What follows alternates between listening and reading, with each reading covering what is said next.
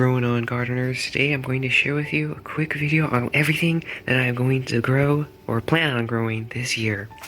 So first we have our Baker Creek heirloom seed haul that I finally received in the mail. First of all, I'm going to grow the Chardonnay Melon. It's about a personal size melon, you know, about 2 to 3 pound fruit. So it'll be a perfect size for what I'm looking for, because I do not want to have to let this sprawl out on the ground. I want to grow it up a trellis. And then we have the Bonnie Best tomato here. I got it for a slicing tomato. Our Marigold Select 2. Hopefully these will be good tomatoes. If you've ever tried them, let me know down in the comments what you think of them. Then we have the Coxcomb Variegated. I thought that those colors were pretty cool. It doesn't quite show up on camera, but they are pretty cool. I saw some pictures online of them too. Then we have the Falling in Love Poppy, and those colors are just quite wonderful if you'd ask me. Then we got a free seed. I think I'll try and grow it. It's a Japanese Wasabi Radish. I'm not sure. I've never grown any radishes before, so we will see how that turns out. Then we got some more vegetables. I will try doing another Tiny Tim. I did that last year with good success. My Super Sweet 100, I did that last year also with great success. Of course, for a cucumber, I will be doing separate videos on this in the future, so subscribe if you want to see that. But it'll be Alpha Cucumber.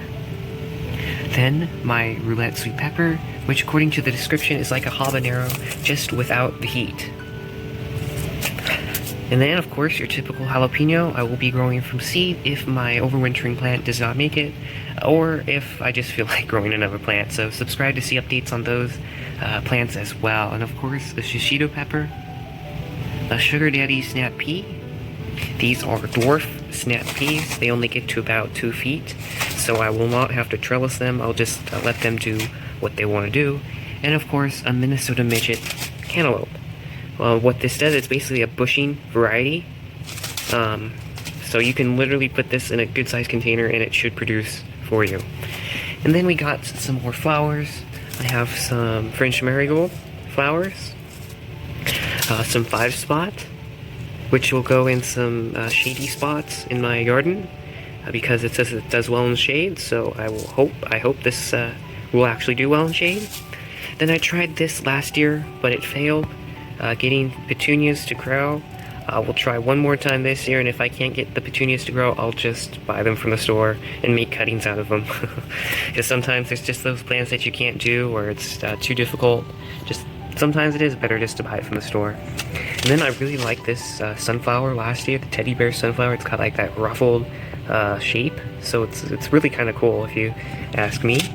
And then it's a debate whether I will grow these again, since these seeds are several years old. They should still grow, but between those two, I believe they're pretty much the same, almost the same at least.